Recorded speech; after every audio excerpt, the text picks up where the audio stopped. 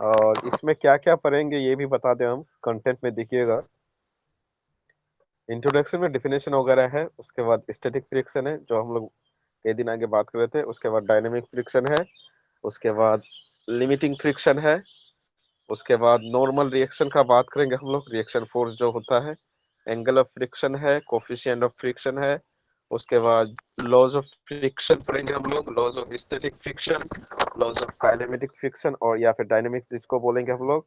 उसके बाद equilibrium of a body on a rough horizontal surface, उसके बाद फिर equilibrium of a body on a rough inclined plane. 13 number में देखिएगा, equilibrium of a body on a rough inclined plane subjected to an force acting along inclined plane. उसके बाद 15 number में देखिएगा, equilibrium of a body on a rough inclined plane subjected to a force acting at some angle with the inclined plane. ये सारा topic है हम लोग का, आहिस्ता आहिस्ता से हम लोग पढ़ेंगे। आवाज आ रही है कि नहीं? यस सर, आ रही है। अच्छा चलिए ठीक है। तो कोई बता पाएगा पाएगा क्या व्हाट इज फ्रिक्शन? उसके बाद फ्रिक्शन का दो टाइप होगा, मैकेनिकल फ्रिक्शन जो होता है हम लोग का, जो हम लोग बोलते हैं फ्रिक्शन, फ्रिक्शन दो टाइप का हो रहा है यहाँ पे, स्टैटिक फ्रिक्शन और डायनेमिक फ्रिक्शन, ठीक है। तो स्टैटिक का मतलब हो गया, अगर हम लोग पढ़े स्टैटिक, स्टैटिक का मतलब होता है हम लोग का रुका हुआ चीज, जो स्थिर पोजीशन में है, वो चल नहीं रहा है। क्योंकि बॉडी अगर चल नहीं रहा है इसका मतलब ये नहीं है कि उसमें फ्रिक्शन नहीं होगा। कोई भी बॉडी हो, अगर स्टैटिक में है तो भी फ्रिक्शन हो सकता है, अगर मोशन में है तो भी फ्रिक्शन हो सकता है। क्योंकि अगर स्टैटिक में फ्रिक्शन नहीं है तो वो तो फिर स्लिप कर जाएगा, और अगर मोशन में है तो उसका मोशन को कम कर देगा। अगर 100 किलोमीटर पर आवर से चलना था तो वो 80 के हिसाब से चलेगा, 80 किलोमीटर पर आवर के हिसाब से चलेगा। तो फ्रिक्शन की वजह से मोशन में कमी आता है। या फिर अगर स्टैटिक पोजीशन में, अगर स्टैटिक इसका बोले फ्रिक्शन का बात करें, तो वो बॉडी को वहीं पे रुकाए हुए रखता है। तो हम लोग स्टैटिक फ्रिक्शन का अगर बात करें तो इसका डिफिनेशन आप लोग ये करिएगा, लिखिएगा कि it is the friction experience by a body when it is at rest, और in other word it is the friction when the body tends to move. मतलब क्या, बॉडी अभी आपका क्या है, रेस्ट पोजीशन में है, मतलब स्थिर पोजीशन में। बॉडी अभी आपका कहीं पे जा नहीं रहा है, मोशन में नहीं जा पा रहा है। तो बॉडी को अगर हम लोग को मोशन में चल गया तो उस समय तो हम लोग डायनेमिक इक्विलिब्रियम पढ़ेंगे। अगर बॉडी आपका स्टैटिक में है, मतलब एक ही जगह पे रेस्ट पे है, बॉडी नहीं चल रहा है, तब अगर हम लोग जो फ्रिक्शन का बात करेंगे, वो वाला फ्रिक्शन को हम लोग बोलेंगे स्टैटिक फ्रिक्शन। समझ में आया स्टैटिक फ्रिक्शन क्या होता है?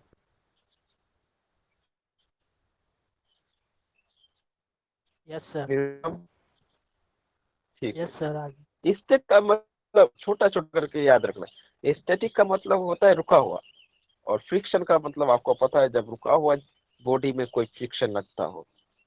इसी तरह से डायनेमिक का मतलब याद रखना हमेशा, क्या होता है, मोशन। अगर बॉडी मोशन में है और वहां पे मान लीजिए आपका कार चल रही है एक सड़क पे, तो कार में जो चार टायर है, टायर, कार के जो टायर है और जो रोड का जो सरफेस है, उस दोनों के बीच में सर ये होगा हम लोग का फ्रिक्शन होगा। कार तो चल रही है, 60 किलोमीटर पर आवर के हिसाब से चल रही है, लेकिन अगर वो फ्रिक्शन नहीं होता तो कार का स्पीड हो सकता था और बढ़ जाता, मान लीजिए 60 से 70 या 80 हो जाता। उस फ्रिक्शन की वजह से जो कार के टायर और सड़क के अपर वाला सरफेस में जो फ्रिक्शन लग रहा है दोनों के बीच में, उस फ्रिक्शन की वजह से जो फ्रिक्शन हो रहा है यहाँ पे मेरा, ये मेरा क्या है, डायनेमिक फ्रिक्शन। डेफिनेशन देख लीजिएगा यहाँ पे क्या लिख रहा है, it is the friction experienced by a body when it is in motion. It is also called as kinetic friction, not kinematics। याद रखना ये काइनेटिक बोल रहे हैं। काइनेटिक का भी मतलब, काइनेटिक एनर्जी हम थोड़ा फिजिक्स में पढ़िएगा शायद आप लोग, काइनेटिक्स और पोटेंशियल एनर्जी, काइनेटिक एनर्जी और पोटेंशियल एनर्जी। तो काइनेटिक का मतलब ही होता है कि जब बॉडी को मोशन में रखा जाए, तो मोशन का मतलब ही होता है डायनेमिक्स या फिर काइनेटिक्स। काइनेमेटिक्स अलग चीज है, काइनेटिक्स अलग है। डायनेमिक और काइनेटिक्स सेम है, ठीक है, तो उस वाले को हम लोग डायनेमिक फ्रिक्शन बोलते हैं। ठीक है, तो ये चीज लिखना है क्या आपको?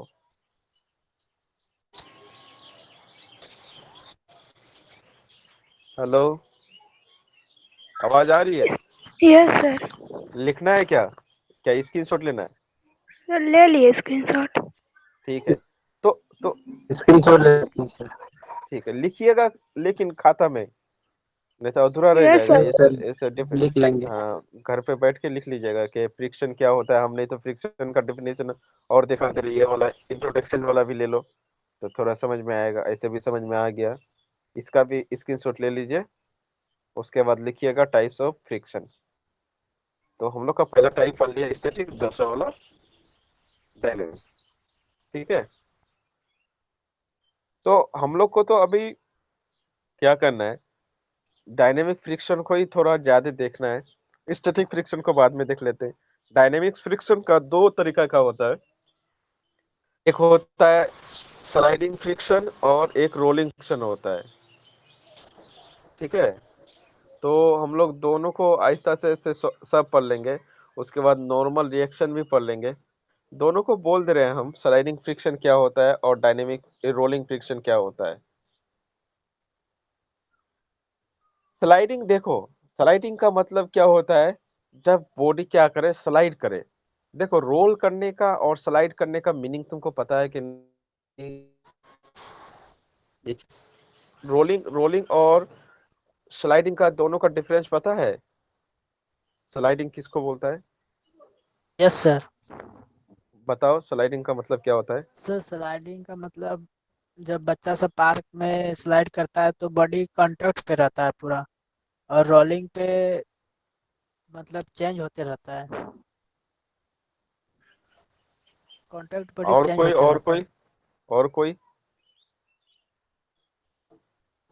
और कोई मतलब तुम बोलना चाह रहे हैं कि अगर हम स्लाइडिंग और रोलिंग में क्या फर्क है? बॉल को कभी, एक तुम क्या करना, कोई फुटबॉल है, ठीक है, फुटबॉल को रोल कर देना, क्या होता है उसका जो सरफेस एरिया होता है ना, वो मूव करता है। ठीक है, full surface area, surface area समझता है ना? यस सर, आउटर पार्ट तो ऑफ द बॉडी। हाँ हाँ, वो जो है ना पूरा रोल करके आता है, पूरा सरफेस ही उसका क्या करता है, रोल करके जा करके तब ट्रांसलेशन होता है। ट्रांसलेशन समझता है एक जगह से दूसरी जगह जाना। ठीक है, ट्रांसलेशन ट्रांसलेशन कैसे होता है कि बॉडी को रोटेट करने के बाद, लेकिन अगर हम लोग स्लाइड का बात करें, उसमें कोई एक फिक्स सरफेस एरिया रहता है, और उसके बाद बॉडी को क्या करा जाता है, ट्रांसलेशन किया जाता है। मतलब बॉडी को एक जगह से दूसरी जगह ले जाया जाता है। उसमें भी ट्रांसलेशन होता है, दोनों दोनों जगह पे ही ट्रांसलेशन होता है। लेकिन एक में क्या रहता है कि एक फिक्स सरफेस एरिया से ही बात करता है। जैसे कि किसी भी बच्चे को बैठा के आप जो बोले कि पार्क में जो स्लाइड करता है, तो देखिएगा कोई एक फिक्स सरफेस एरिया ही वो कवर करता है, जहाँ पे वो दोनों बच्चे का जो कांटेक्ट एरिया और जो वो स्लाइडिंग जो रहता है उसका कांटेक्ट एरिया दोनों सेम रहता है।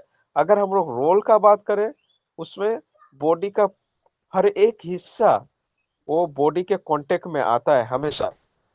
तो इसमें एक फिक्स सरफेस एरिया रहता है स्लाइडिंग में, और रोलिंग में पूरा जो बॉडी का सरफेस एरिया है वो हमेशा हर जगह कांटेक्ट में रहता है। तो ट्रांसलेशन दोनों जगह पे होता है, और स्लाइडिंग और रोलिंग दोनों पे। लेकिन सरफेस एरिया, अगर सरफेस एरिया का बात करें, तब दोनों चीज अलग अलग हो जाता है।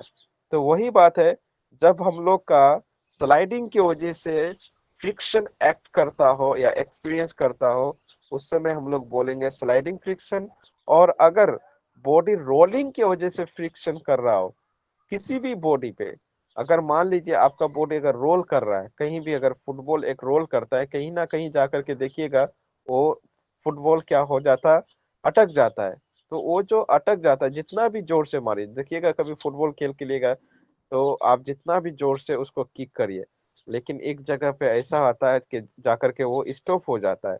वो तो रोल किया, लेकिन एक ऐसा जगह चल गया जहां पे उसका स्पीड जाकर के जीरो हो जाता है।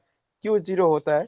क्योंकि वो जो सरफेस एरिया है, outer surface of the ball, वो जो है, और ग्राउंड का जो सरफेस है, वो दोनों के बीच में एक फ्रिक्शन क्रिएट होता है। और वो फ्रिक्शन इतना ज्यादा हो जाता है कि अप्लाइड फोर्स से ज्यादा हो जाता है।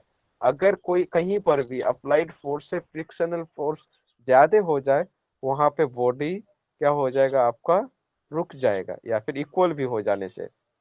इसी वजह से ग्राउंड पे बॉल वहीं पे रह जाता है।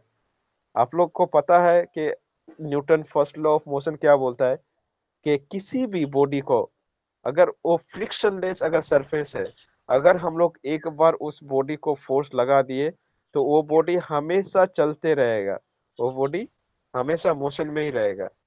ठीक है, रोटेट करने से वो हमेशा रोटेट करते ही रहेगा।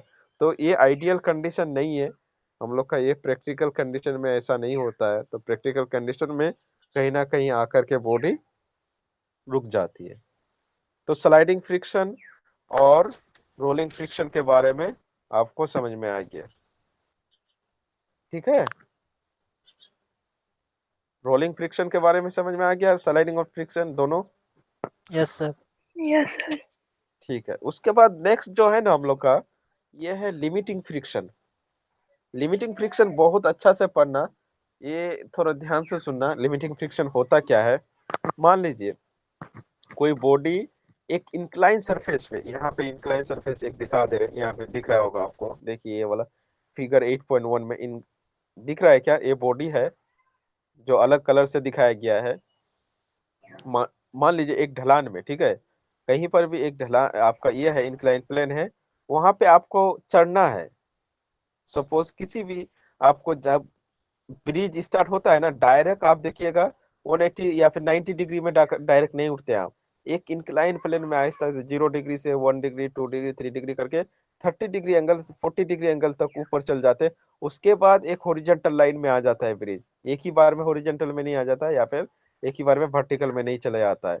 आपका एक आहिस्ता आहिस्ता से इंक्लाइन प्लेन में आता है। तो आपको ये जो इंक्लाइन प्लेन जो है ना, क्या है, किसी भी बॉडी को कहीं पे ले जाके रख दिए, क्या है, वो अभी स्टैटिक पोजीशन में है। बात को बढ़िया से सुनिएगा।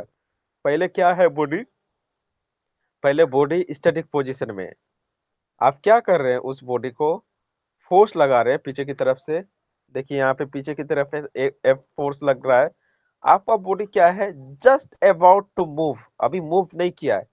मान लीजिए आपको फोर्स कितना चाहिए उस बॉडी को मूव कराने के लिए, 10 न्यूटन फोर्स चाहिए। आप अभी कितना लगा रहे हैं, 10.9999, 10.999, 9.9999, मतलब कुछ कम लगा रहे हैं। ऐसा कि 0.0009 न्यूटन अगर फोर्स लगाए, तो बॉडी क्या करेगा, मूव करने लग जाएगा। तो वो जो फ्रिक्शन होता है ना, वही एकदम छोटा सा friction, the body which tends to move, the friction at which the body tends to move, उस फ्रिक्शन को हम लोग बोलते हैं क्या, लिमिटिंग फ्रिक्शन। क्या लिखिएगा शॉर्टकट में, ये बहुत ज्यादा बहुत बड़ा है लिमिटिंग फ्रिक्शन के बारे में, तो ये पढ़ देंगे हम एक बार। तो क्या लिखिएगा, the friction at which the body is just about to move, याद रखिएगा। यहाँ पे देखिएगा क्या लिखा हुआ, it had been observed that when a body lying over another body is gently pushed, it doesn't move because of frictional force. ये चीज हम आपको बोले हैं कि अगर कि दो एक बॉडी अगर किसी एक सरफेस पे रखा हुआ हो और वो बॉडी मूव नहीं कर रहा हो, इसका मतलब क्या है कि वहां पे फ्रिक्शनल फोर्स कोई एक्ट कर रहा है, which prevent the motion of the body, जो बॉडी के मोशन को प्रिवेंट कर देता है, अपोज कर देता है। It shows that force of the hand is being exactly balanced by the force of friction। ये चीज और एक बता दें, अगर आप किसी बॉडी को पीछे से धक्का लगा रहे हैं, कहीं पर भी आप अगर एक बॉडी को धक्का लगा रहे हैं, अगर वो बॉडी नहीं जा रहा है, इसको मतलब क्या है, आपका जो धक्का लगा रहे हैं किसी भी बॉडी पे, वो बॉडी क्या कर रहा है, आपका जो 10 न्यूटन का जो फोर्स था, उस 10 न्यूटन का फोर्स को अपोज कर रहा है। अगर अपोज नहीं करता तो सामने की तरफ चल जाता। अपोज कर रहा है मतलब क्या, उसमें कोई एक तरह का फ्रिक्शन है, नहीं तो बॉडी तो वो सामने की तरफ चल जाता ना। यही चीज कर रहा है। Acting in the opposite direction मतलब क्या, आप अगर सामने की तरफ लगा रहे हैं, बॉडी को सामने की तरफ फोर्स लगा रहे हैं, तो वो पीछे की तरफ लगाएगा फोर्स। तो एक चीज याद रखिएगा, जो फ्रिक्शन फोर्स होता है, बार बार बोल रहे हैं कि जो फ्रिक्शन फोर्स होता है वो हमेशा अप्लाइड फोर्स के अपोजिट डायरेक्शन में होता है। ये सारा चीज लगेगा न्यूमेरिकल में। कल या परसों जो कल क्लास है हम लोग का 2 बजे से, हम लोग न्यूमेरिकल भी करेंगे। तो ये चीज बहुत ज्यादा जरूरी लगेगा कि जो फ्रिक्शन होता है वो बॉडी के मोशन का अपोजिट डायरेक्शन में लगता है। ये हमेशा याद रखिएगा। ठीक है धनीराम? Yes sir. किधर लगता है फ्रिक्शनल फोर्स हमेशा? Opposite motion motion of the body के अपोजिट डायरेक्शन में। हाँ, या फिर जो अप्लाइड फोर्स लगाते हैं उसके अपोजिट डायरेक्शन में लगता है। ये चीज याद रखना हमेशा। तो यही चीज बोलता है। ये लिमिटिंग फ्रिक्शन के बारे में थोड़ा पढ़ लेना, ये स्क्रीनशॉट ले लो।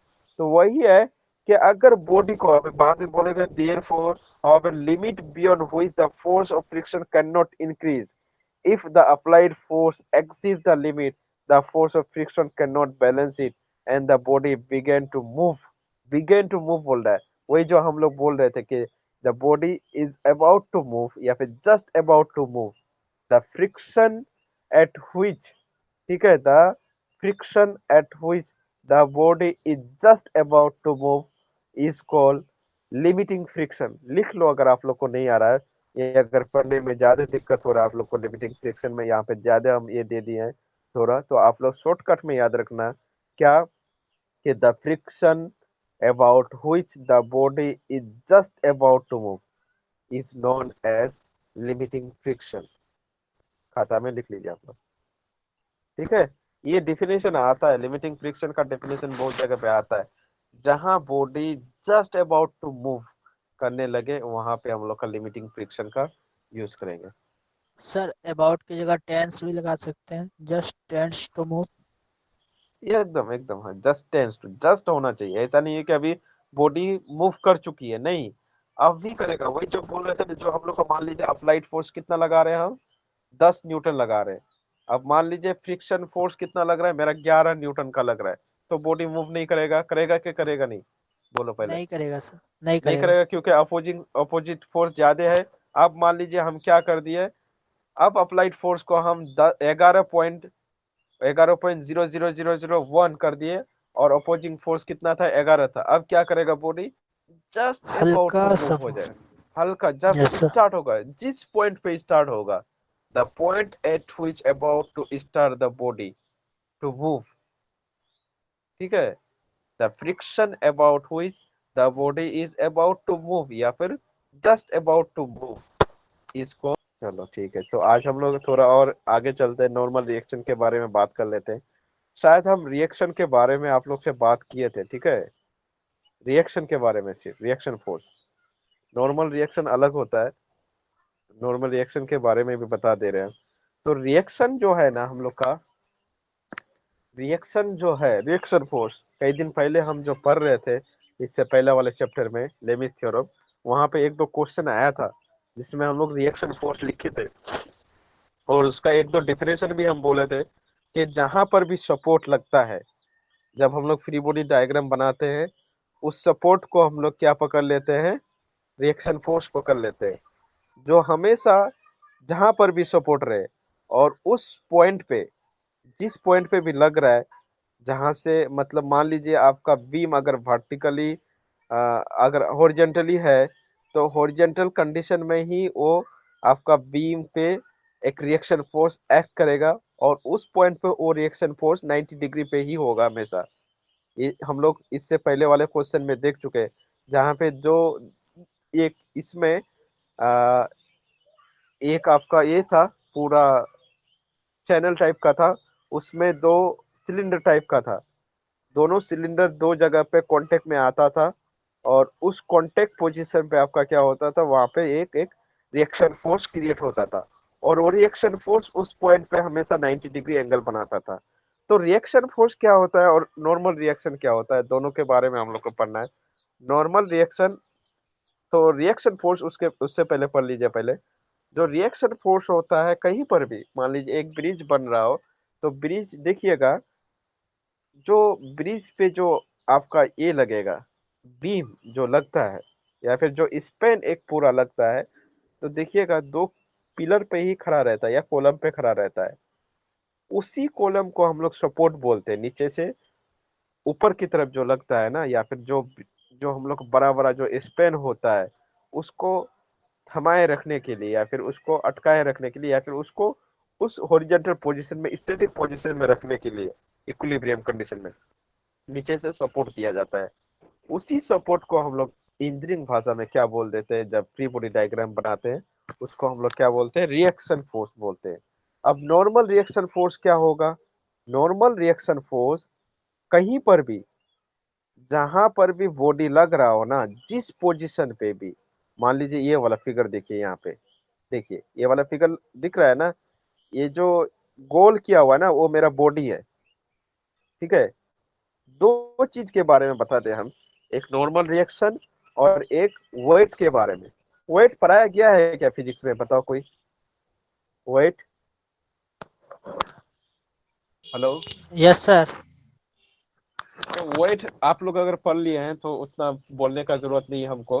वेट एक तरह का फोर्स है, ग्रेविटेशनल फोर्स है, जो हमेशा वर्टिकली डाउनवर्ड लगता है। ये चीज पता है शायद आप लोग को। कहाँ लगता है? हमेशा नीचे की तरफ, एकदम डाउनवर्ड। कहीं पर भी बॉडी किसी भी एंगल पे हो, वेट हम लोग का हमेशा नीचे की तरफ लगता है। लेकिन रिएक्शन फोर्स क्या होता है? रिएक्शन फोर्स वेट का ऑपोजिट डायरेक्शन में होता है। लेकिन फर्क एक ये ही है कि आपका जो बॉडी था उसमें वो 90 डिग्री एंगल बनाता है, बस इतना सा फर्क है। आपका जो यहाँ पे जो बॉडी